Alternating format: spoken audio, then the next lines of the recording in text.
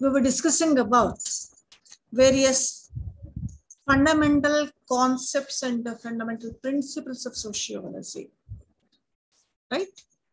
I hope most of you went through the study material and tried to understand these concepts. Ajay Kumar, Sharvani, Jayadeep, of course, many others are there. I'm simply mentioning some names. Have you tried to give a reading of the material? Am I audible to you all? Yes, madam. Yeah. Jayadeep, good afternoon. Do you have any doubts related to some of the concepts which we dealt with in our previous sessions? No, madam. No, that's really wonderful. That's really wonderful. And you please prepare.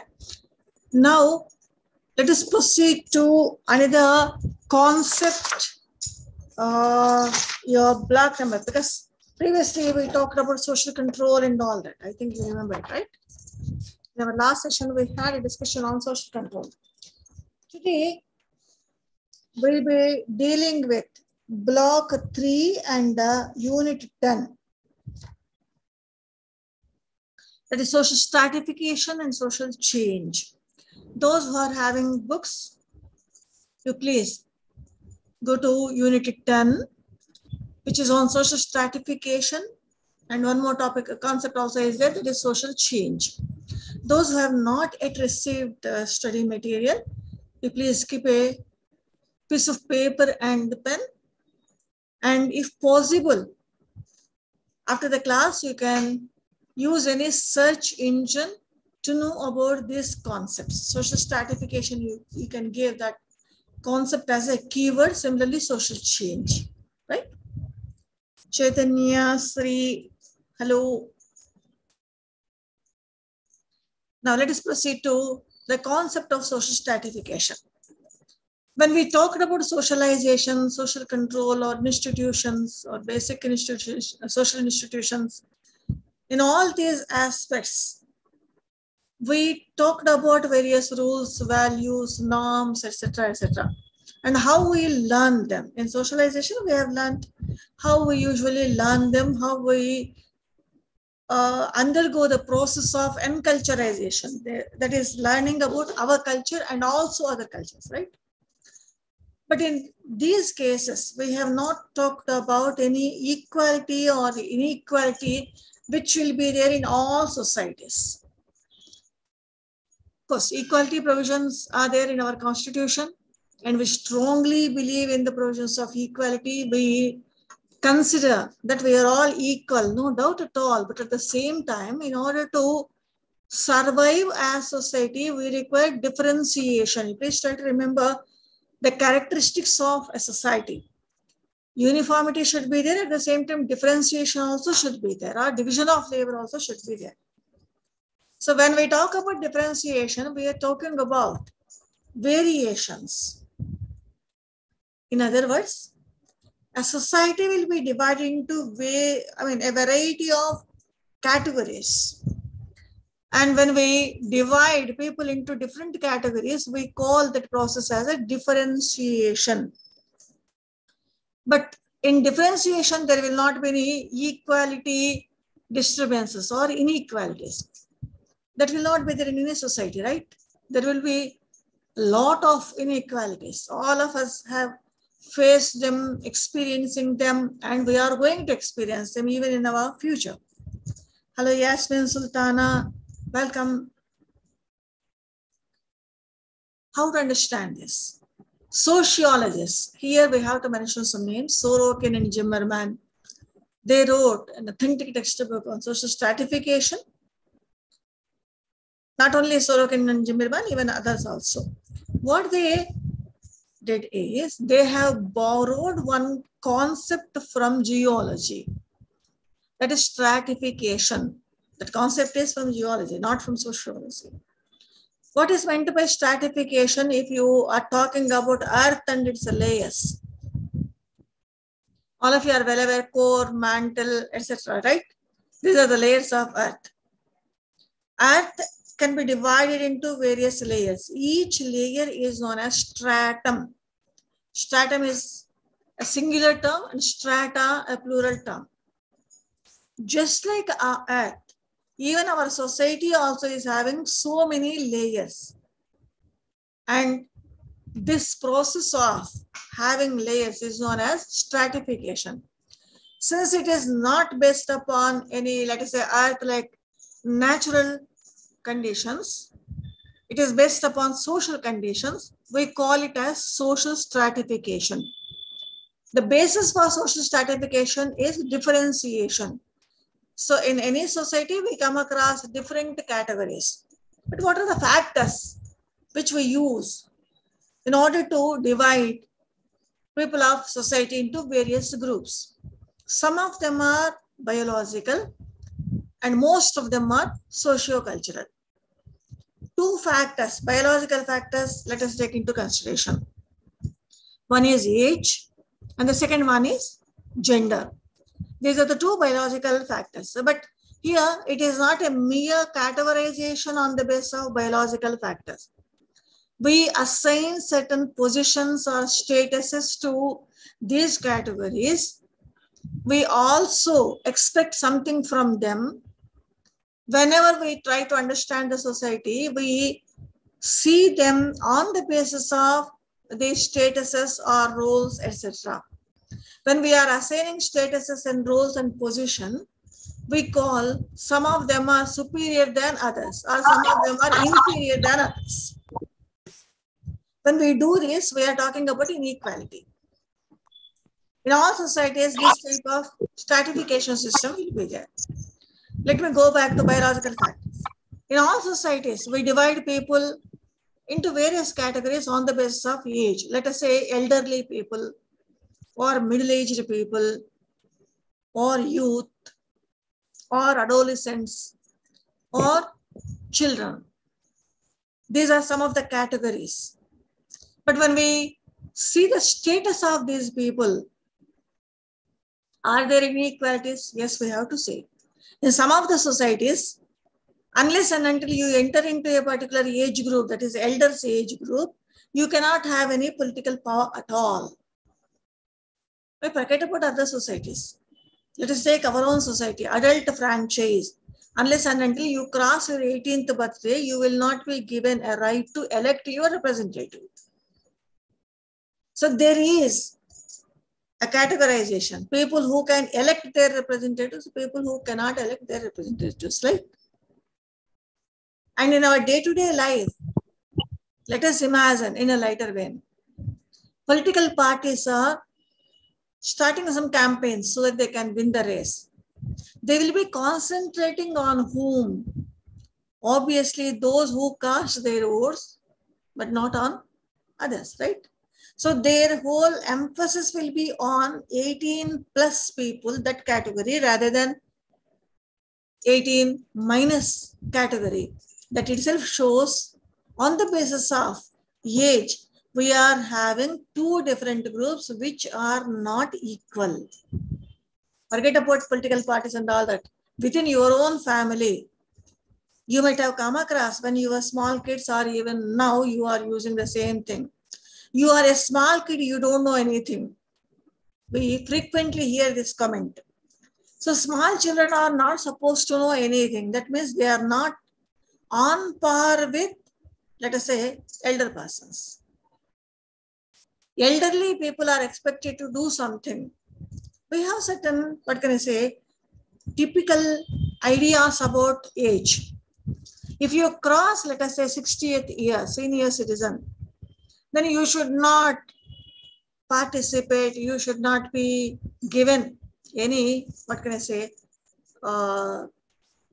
specific jobs which require a lot of physical stamina and all that. Is it only because of their biological condition? No, it is more than that. Society says these people are able to do certain activities, these people are not able to do certain activities. You please take the concept of superannuation. If you cross your 60th birthday, then You will be superannuated, though you are interested in learning, though you are having capacity to work, those who are having a need, skills, etc. to work, society will not accept. Society asks you to stop working in that particular thing. Second biological factor is gender. In our society, for that matter, all over the world, men and women are not equal. They never considered as equals, whether it is due to patriarchal system or any other system, whatever is the system. We usually come across women will be looked down upon because they are women. How we come across this? We say that these posts are these activities, or this particular activity is not suitable for women. In our socialization itself, we teach our children, we train our children to accept it. Let me take a simplest example. Nowadays, of course, some people are doing it, but 90% of our country people, for that matter, even the world, we can say. Let us take the example of toys. Many a times we come across a girl child will be given a gift of kitchen set toy, and whereas boy child will be given a gift of pistol as a toy. This itself shows boys are expected to use some kind of weapons and girls are expected to do cooking and related activities. Okay, let me keep this aside. You please see first class textbook, for that matter in all states. There you usually come across mother, a visual, mother in a kitchen, cooking, and father sitting in the drawing room and reading newspaper. You might have come across many times. If you watch any visual literature, your movies or other things, you usually come across women are decked with a lot of jewelry and they will not take major decisions. Only men folk will be taking major decisions. And if any, let us say, villainy is there, it is always man who will be going and fighting with the villains. It may sound a little bit odd, but this is nothing but a kind of gender socialization. Why this gender socialization? Because our stratification clearly says that men and women are not equal. Hence, similar socialization process, methods are not being used. All our social agencies like family or religion or economic institutions, etc., are reiterating these gender inequalities. These two are biological factors. Besides these two biological factors, there are many socio-cultural factors which create inequalities or which create stratification. Let me mention some of them. The first and foremost one is education. Education is one of the criterion which decides whether you are achieving something or not achieving something. Those who are highly educated or those whose scholastic achievement is more, advancement is more, they are given more status than the other persons. Second one is, what is your economic status? All of us are well aware. We divide people into different classes, social classes. Upper class, middle class, lower class, or upper class, upper middle class, upper lower class, like that. We also have political power. Those who are the rulers, those who are being ruled by the rulers. Even this type of stratification also we come across in all societies. Certain cultural aspects also, whether you are allowed to do certain religious rituals or not, accordingly our status varies. If you take one tribal community, Toda, who are the inhabitants of Nilagiri Hills, there are two clans are there, Taivaliyal, Kaltarol. Taivaliyal clan people, they are given the duty of rearing sacred cattle. So their status is always higher than the Tartarol clan group. So like this, even religion or different cultural traditions also can become factors which create social stratification. Is this clear so far? Srilata, Sharvani, Chaitanya, Yasmin. Is the concept clear so far, ma? Okay, let me proceed. Whenever we talk about social stratification, we will be seeing whether any mobility or movement from one stratum to other stratum is allowed or not.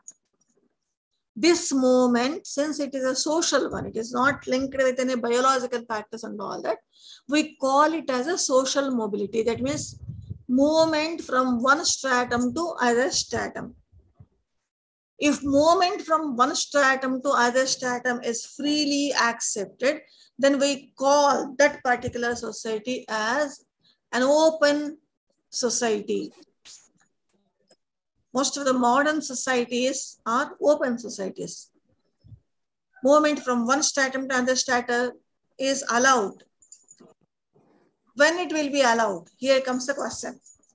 If your status is an achieved status, then in most of the cases, we will be having open system of stratification. If you are achieving something, then okay, you will be moving upwardly. If you are not achieving anything, or if you are losing whatever achievements you are having, then you will go down. You will be moving downwardly. Right? At the same time, we are having other societies also, or within one society, both ascribed as well as achieved statuses will be there. In some cases, it is an ascribed status. In some other, it is an achieved one. Ascribed status gives status on the basis of one's birth. If ascribed status is given utmost importance, then that society will be a closed system of stratification because there is no mobility, no movement is allowed. One cannot go either upwards or downwards from his stratum to other stratum. If you take our own country as an example, caste as an example, in many cases, caste is a closed system of stratification. Mobility within a caste, either upwardly or downwardly, is not allowed. But here we have to mention another thing. Once upon a time, during 1950s, we have to say, we strongly used to believe that caste will not allow any mobility. But when village studies were done, it is found that there will be mobility within the caste system. But what type of mobility? Here, two more concepts we have to see. Horizontal mobility and vertical mobility. M.N. Srinivas theory is based upon this horizontal and vertical mobility only. Horizontal mobility means within one stratum, from one position to other position, you are moving. Let me give a simple example. Let us say you are working as, let us say, a receptionist in a particular office. And you left the job and joined in another company as receptionist only. So you have changed the job, no doubt. But the status and position is same. That is horizontal mobility. If let us say from receptionist, if you become superintendent of a particular office or a section officer, then you are upwardly moving. If you lose even that job, then you are downwardly moving to which category? Unemployed person. So this upward and downward movement is termed as vertical social mobility. In caste system, we come across both vertical as well as horizontal social mobility, but mostly horizontal social mobility. And we, particularly sociologists, describe this with the help of some of the concepts like Sanskritization, or westernization. M. S. Srinivas propounded these concepts. Similarly, desensitization. D. N. Mazumdar talks about this. Or Kulinization. Narmadeshwar Prasad talks about this. What is meant by sensitization and desensitization or westernization? M. N. Srinivas says, within a caste system, people belonging to some of the castes whose status is lower than some of other castes or dominant caste, he has used that particular concept, dominant caste, they imitate, rites the passage of the dominant caste, and by imitating them after a generation or two, they claim the status of the dominant caste, and after some time they become members of the dominant caste. Like that, we come across many castes changing their caste status. This same process was described by Professor Rangara as Islamization, particularly Telangana region. Most of the Jagirdars are non-Muslim people. By acquiring political power, by imitating Muslim rulers, they claim that superior status than others. And this process is known as Islamization. So all these processes talk about how and in what way, what manner we can change our social position. So this is about the concept of social stratification and social mobility.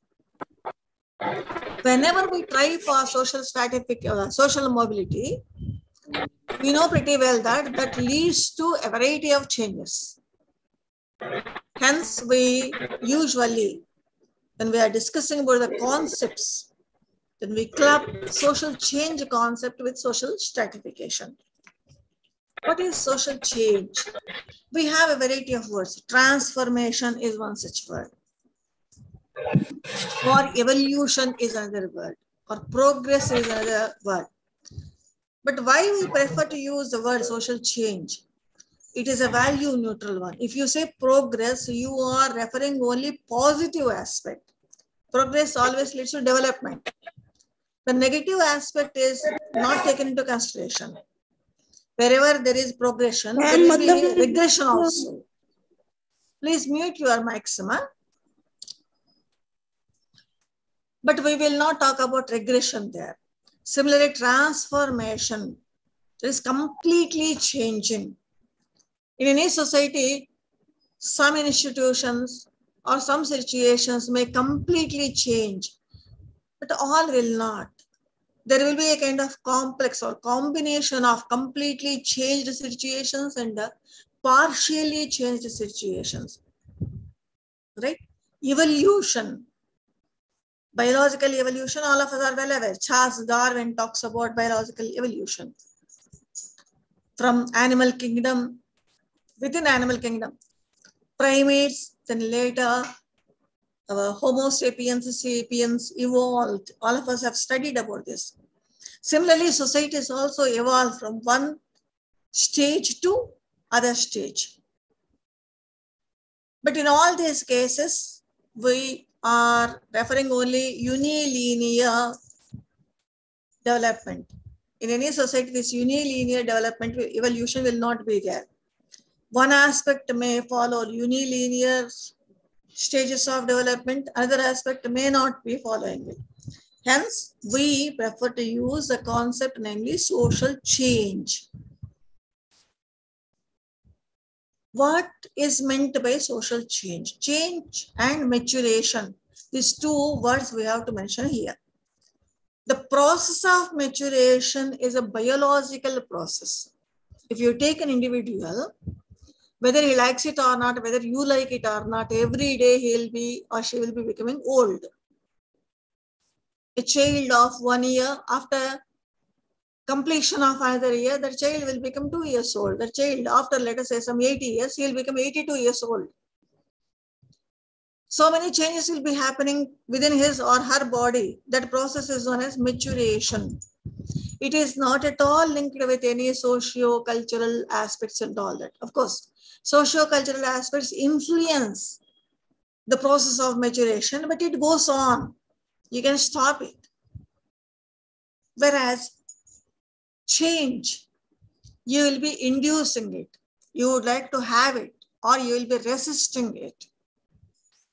When we are talking about motivating change or inducing change or resisting change, what we are referring is, we are referring various factors which lead to social change in a society. Here, one more conceptual clarity also we have to have. Some sociologists equate social change with cultural change. Both are same. But some of the sociologists distinguished social change from cultural change. In our last sessions, we talked about two concepts, namely material culture and non-material culture. I think you will remember it. Whatever utensils or tools or equipment, or where we are residing, those buildings, where we are doing our activities, those buildings or area, etc., all these fall under the category of material culture. But the ideas or beliefs or customs and traditions associated with all these are termed as non-material culture. When we refer cultural change, we will be referring change in these two types of culture, both material culture as well as non-material culture. This is related to only culture as a system. Here we are not talking about the social interactions or social relations within a society and all that, or how behavioral patterns of human beings are changing and all that. When we follow this distinction between social and cultural change, we'll be talking about how our social interactions are changing, how our behavioral patterns are changing, or what type of social processes we are developing, how we are changing our institutions like family or marriage or economic system, etc. We are referring social change. So some of the sociologists differentiate social change from cultural change. But here it is suffice to say social change includes cultural change also. If you are transforming your society or some of the parts of your society or elements of your social structure or your behavior, in all these cases, we are experiencing social change, right? Let's see what brings change. How do we change, or why do we change? How do we change? It's very easy to understand. We change various material aspects. Example, let us say during 1950s and all that, M.S. Srinivas mentions this example in his book, Social Change in India. When to take food. I know you are wondering why I'm talking about food, but because it is linked with some of the changes. Where to take a food and how to take a food. Once upon a time, men folk used to take food at the beginning. Once they completed, women folk used to have their lunch or dinner, whatever it is. They used to squat on the floor and they used to eat it by following certain traditions and all that.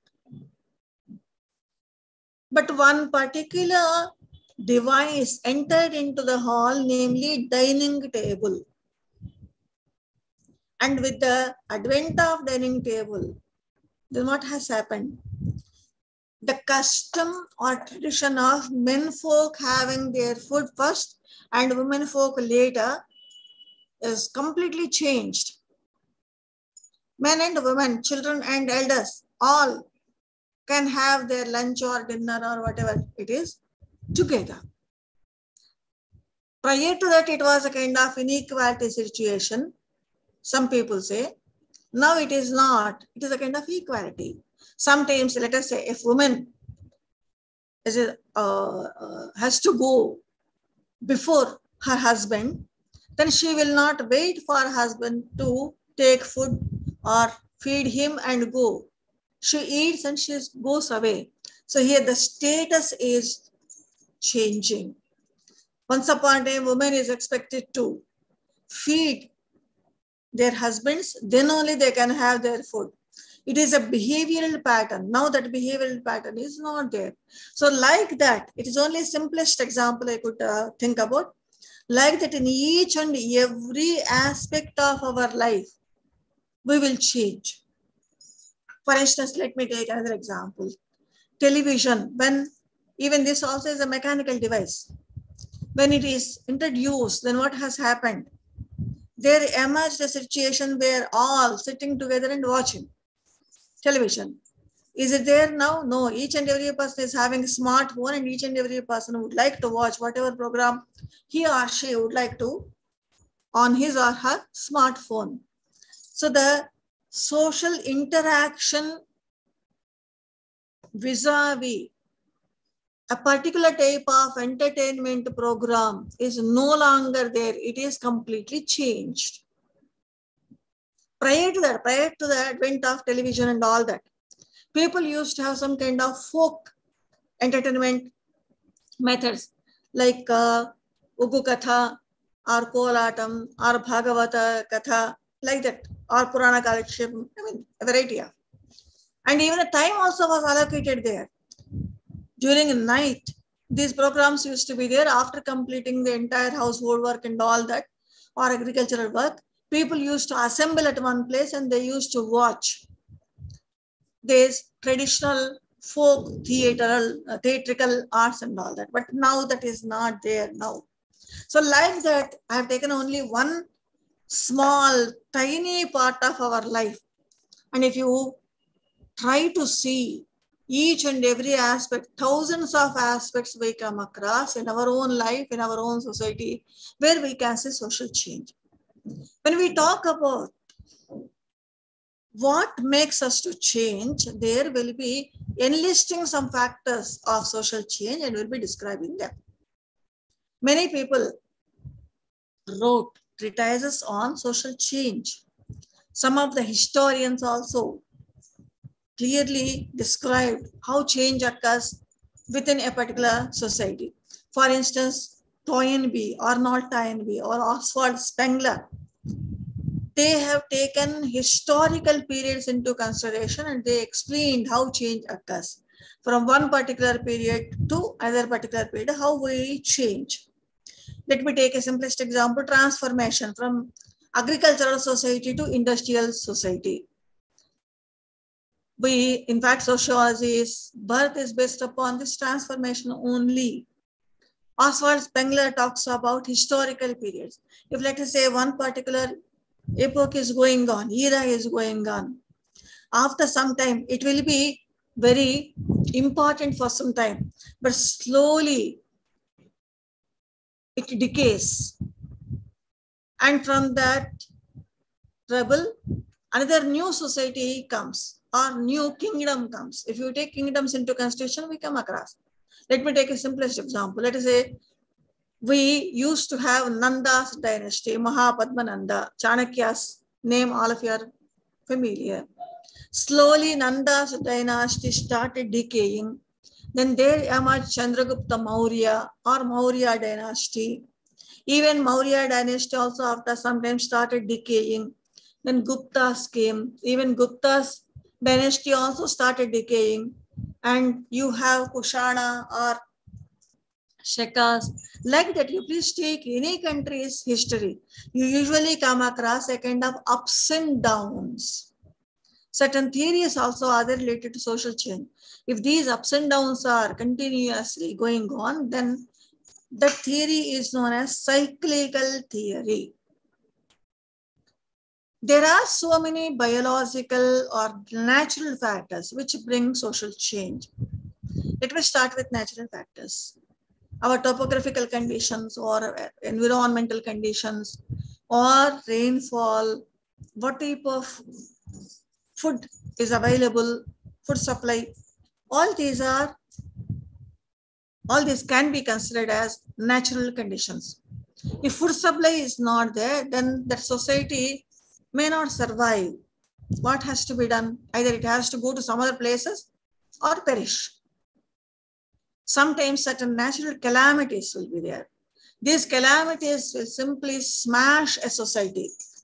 Let me take a simplest example. It is a little bit recent one compared to others. Earthquakes or floods, etc. Tsunami, I think all of you are well aware of it. When tsunami came, so many villages or cities also simply vanished. So those societies are not there. Tasmanian society, many people talked about this Tasmanian society. It was a very highly developed society, but because of certain natural conditions, I have already mentioned natural calamities, the Tasmanian society is not there now. It's completely gone. Okay, forget about Tasmanian society. Dwaraka, many people talk about Dwaraka, a city, which is linked with Lord Sri Krishna, and various excavations, archaeological research also went on this particular aspect. They found that once upon a time there was a very big city. Now it is submerged under the sea. Here all these talk about what? Natural conditions or your geographical conditions bringing change. Once upon a time Himalayas were not there. Hence people from the present day Russia and other areas, they can easily come to our country and they can go back. That situation was there. But afterwards, what has happened? Vindhya range gone down and Himalayan region gone up. Immediately what has happened? Our country stopped having your, let us say, snowstorms, whereas Russia and other Russia, Siberia and all, including China, they are still under the same situation. With this result, what has happened? Some of the areas gone into or vanished into thin air. Why? I think most of you might have seen Mohenjo-daro movie. Harappa, Mohenjo-daro, we always talk about because of geological or let us say geographical conditions. Harappa, Mohenjo-daro culture is no longer there. We can see only some of the relics of that particular culture. Once upon a time, it was highly developed society. Similarly, you please take the example of Tigris and Euphrates or Egypt, Nile river civilization. So in all these cases, what we come across various geographical conditions changing the society. Besides geographical and the ups and downs of kingdoms, we have various other factors also which lead to social change. There are many economic factors which lead to social change. That may be, let us say, losing resources, taking up new economic pursuits. Even this also changes. Sometimes there may not be any loss of resources, but we would like to develop, produce more and more. In such a scenario also, there we come across social change. For instance, if you take some of the tribal communities, they use a kind of stick to dig and do agriculture. Whereas we are not using any sticks and all those things. We are using tractors or plows to cultivate our lands. In tribal society where they are using only digging stick, the produce is very less. Whereas in our societies, we are producing for our market. So here, cultivating for our market is nothing but a social change, which is influenced by economic factors. Sometimes political factors also bring social change. If, let us say, kingdoms are there, the winner kingdom may forcibly impose their culture on the loser kingdom. Why? In history as well as in social sciences, we have one word, Romanization. Romantic, even that word also is linked with Romans and their culture. What is meant by this romantic? Romans, they conquered more or less the entire Europe and some parts of the other world also. Wherever they went, they simply imposed their culture, their ideas, their beliefs. And that process is known as romanticization. From that only romantic, all these words came to existence. When this is happening, there emerges cultural change as well as social change, right? But what is the factor which led to this type of social change? That is one country or one kingdom trying to conquer other kingdoms and imposing their culture on others. Even now it is happening. I'm not going to say only Romans did that. No, even now. For instance, we are having developed countries and developing countries, a kind of classification.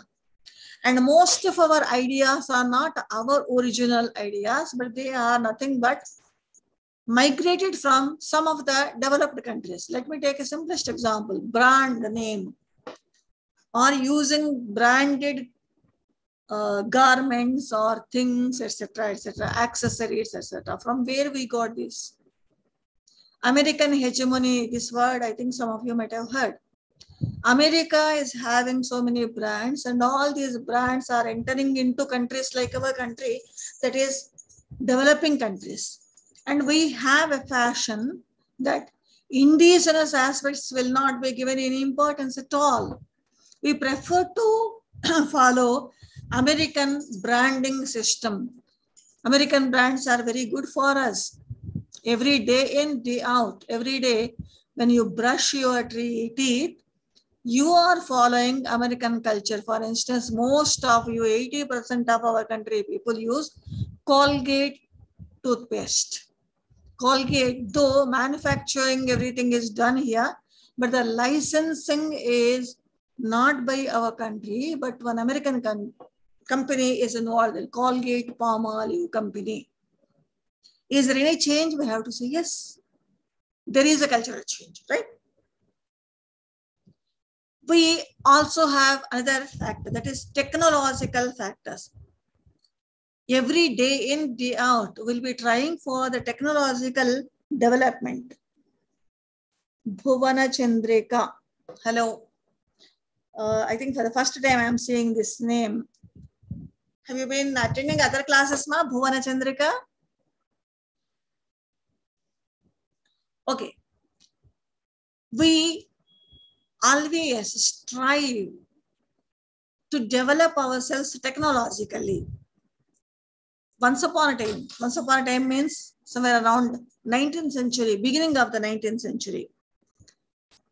If you are driving your horse buggy or mechanized vehicle with 20 kilometers per hour, at the time miles they used to use, then you used to get some kind of penalty. So 20 kilometers per hour is a speed limit. If you cross a speed limit, even if it is, let us say, 21 kilometers, some kind of punishment used to be given to persons. What about now? Technologically, how we developed? Some of our vehicles can travel 500 kilometers per hour, right? Or even more than that. With this technological development, do we have any change? Yes. In all our life, technology brings so many changes. Even our thinking process also is influenced by technological development. Nowadays, let me take a simplest example. Once upon a time, we used to have coinage. At the time, paper currency was not there. Afterwards, when I'm talking about technological development only. When we started printing currency, then we started using paper currency. Later came plastic currency, your cards, debit card or credit card, etc., etc. Now, many people are trying to use virtual currency.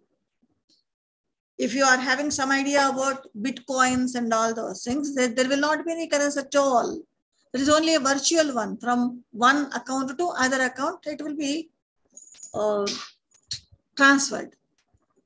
Most of us, forget about Bitcoin and all those things. Most of us nowadays, what we are doing, once upon a time we used to go to the bank and write a check and give that check to a particular person and he used to give money to us.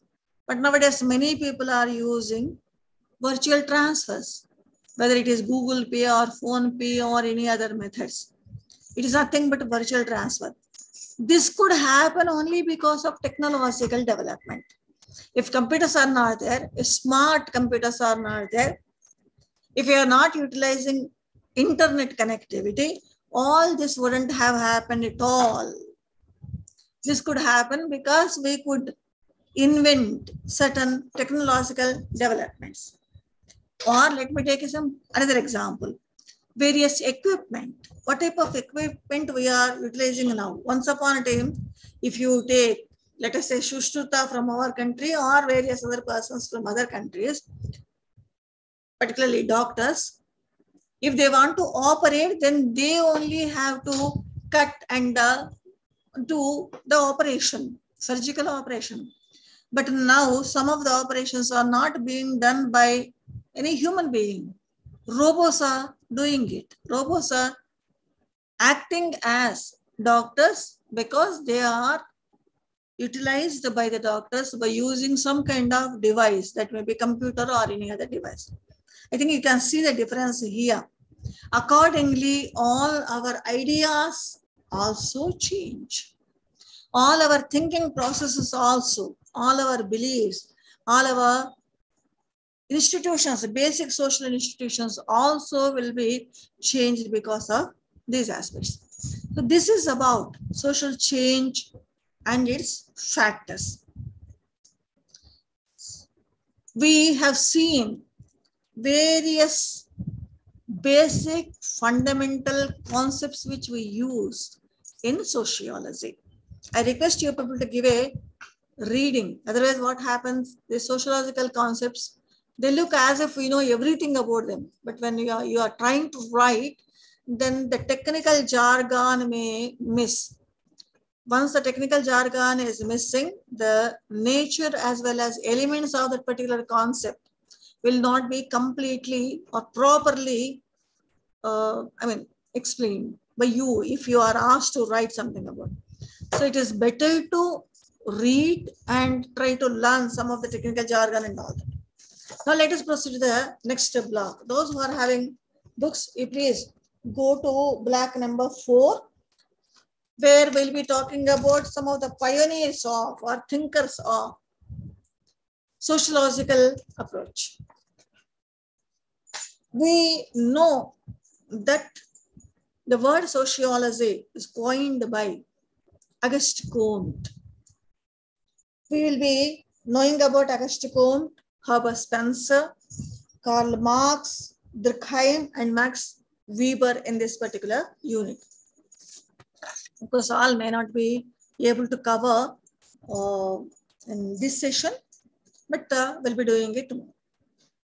Auguste Comte is termed as the founder or founding father of sociology. And he is also a classical sociological tradition. Whenever we say about these thinkers, we'll be talking about their works and their theories, their assumptions and all that. Comte's theory is known as unilinear theory.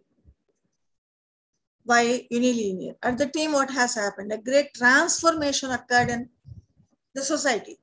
That is traditional feudal agricultural society to the entire society changed into modern industrial society. This is termed as great transformation. People stopped completely believing metaphysical or theological situations. God is going to take care of us and all that. They started questioning why this is happening, why this is not happening. Besides this, certain revolutions occurred. French Revolution, Industrial Revolution, these revolutions also occurred during that time. In this particular context, Comte thought that there should be a science which uses scientific method and which understands how society works. And that is, all of us are well aware, it is sociology. And what about his concepts? Certain basic concepts we have to refer here. That is social statics and dynamics. Society will have certain principles or certain concepts or certain situations which will never change. And that part of society is termed as social statics. Having a family, it was there some thousands or lakhs of years ago, and even now we are having family, and it is going to be there even in our future. So having certain basic social institutions is an example for social statics. There is no change at all. But at the same time, functions of family, since I have started with family as an example, functions of family change from time to time. Whatever type of functions were there, let us say some 100 years ago, are not there today.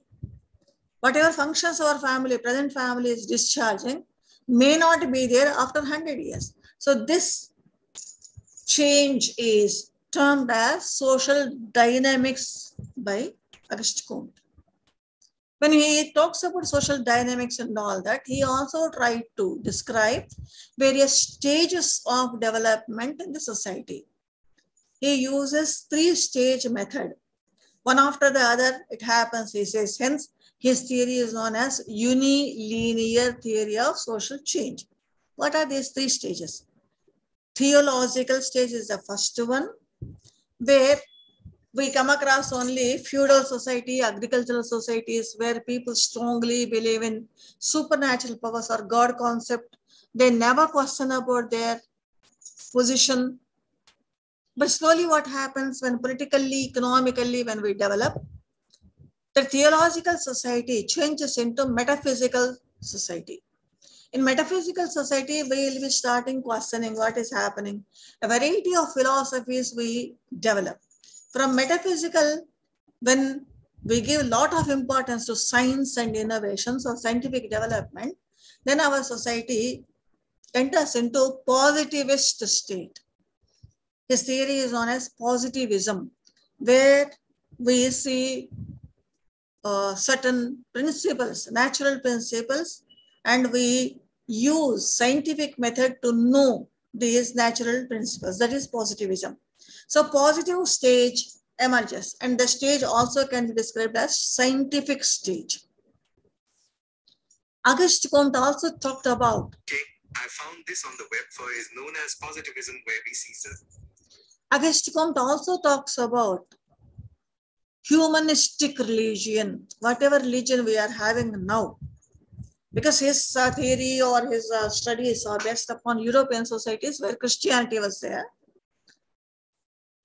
Christianity also is having so many, what can I say, loopholes in it. And this will not be in a position to solve the problems of people. Hence, they develop another religion where humanism will be given utmost importance. All are equal, and what to do, how best we can solve our problems. That is known as humanistic religion. These are the concepts propounded by Auguste Comte. Let us see Herbert Spencer. More or less, all these persons are contemporaries. Herbert Spencer propounded a theory, namely organismic analogy or organic analogy, it is known as. Herbert Spencer is also known as founder of social Darwinism in sociology. We are expected to utilize scientific method like scientific research. And at that time, during 19th century, during Herbert Spencer's time, Darwin's theory was very, very prevalent. That is theory of evolution, theory of selection and all that. Survival of the fittest, I think you are aware of this. And many people borrowed concepts from biological sciences like structure, function, etc. into social sciences and even sociology. Herbert Spencer used some of the concepts of biological sciences like structure and function. Just like a biological organism, even human society also will have various elements, structural elements, and each element will have a function. On this basis, he compares an organism with the society. And this comparison, analogy means comparison, is termed as organic analogy or theory of organismic analogy. Just like human being, he has taken human being as an example. Human being having blood circulation or circulatory system. In a society, we are having transportation, right? Similarly, just like human society, human being is having various parts of his life, body, whether it is, let us say, lungs or heart or limbs, you name it. Similarly, in society also, we will be having various institutions or traditions or various things. In other words, human being as a biological organism is having a structure. Similarly, society also is having a structure. Just like elements of biological structure, society also is having various elements of social structure. This we discussed in our previous sessions, like roles, statuses, individuals, etc., etc. These are all elements of social structure. Each element, just like human being and his body parts, is having a specific function. With our eyes, we'll be seeing, with our nose, we'll be inhaling or, taking air into our body and leaving air from our body. With our mouth, we'll be talking. With our ears, we'll be listening. No, these are all functions. Just like that, even in society also, we are having various elements at the same time, functions. Herbert Spencer's theory is known as structural functionalism. So with this, I'll stop it here. If you are having any doubts, you are welcome. Remaining thinkers, we'll see in our next session. Any doubts here? Hello? Are you able to understand, particularly sociological thinkers? Yes, madam.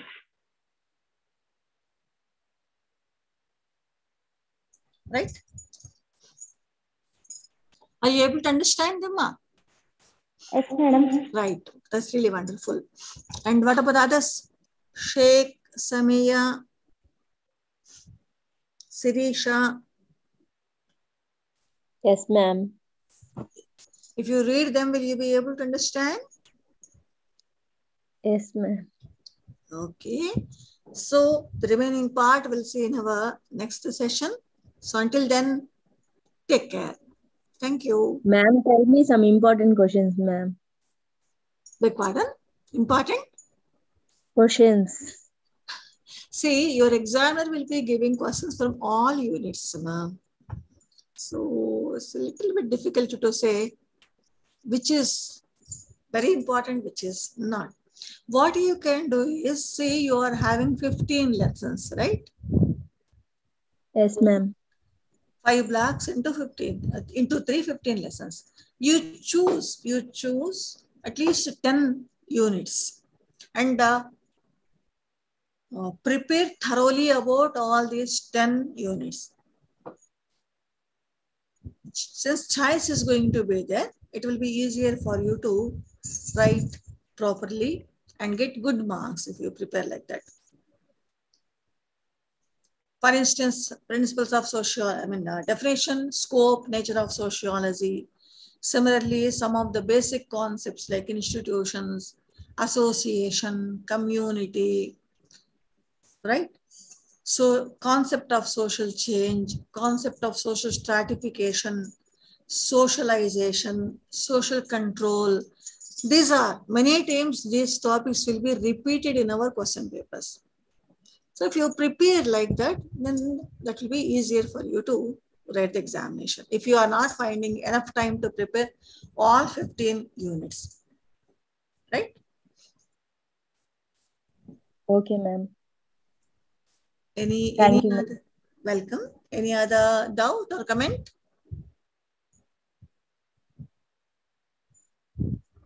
Okay, then if no doubts are there, let us meet tomorrow. Until then, see you. Take care. Thank you, ma'am. Welcome. Welcome.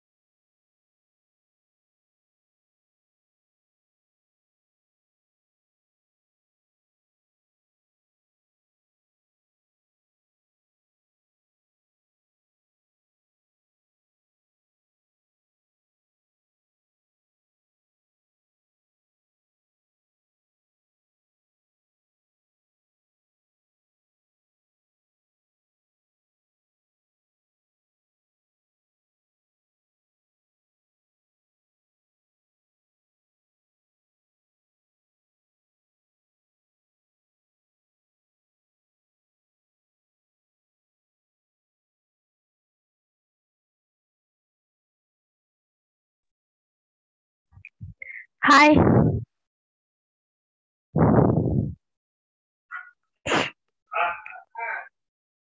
Hi, friends. Hello.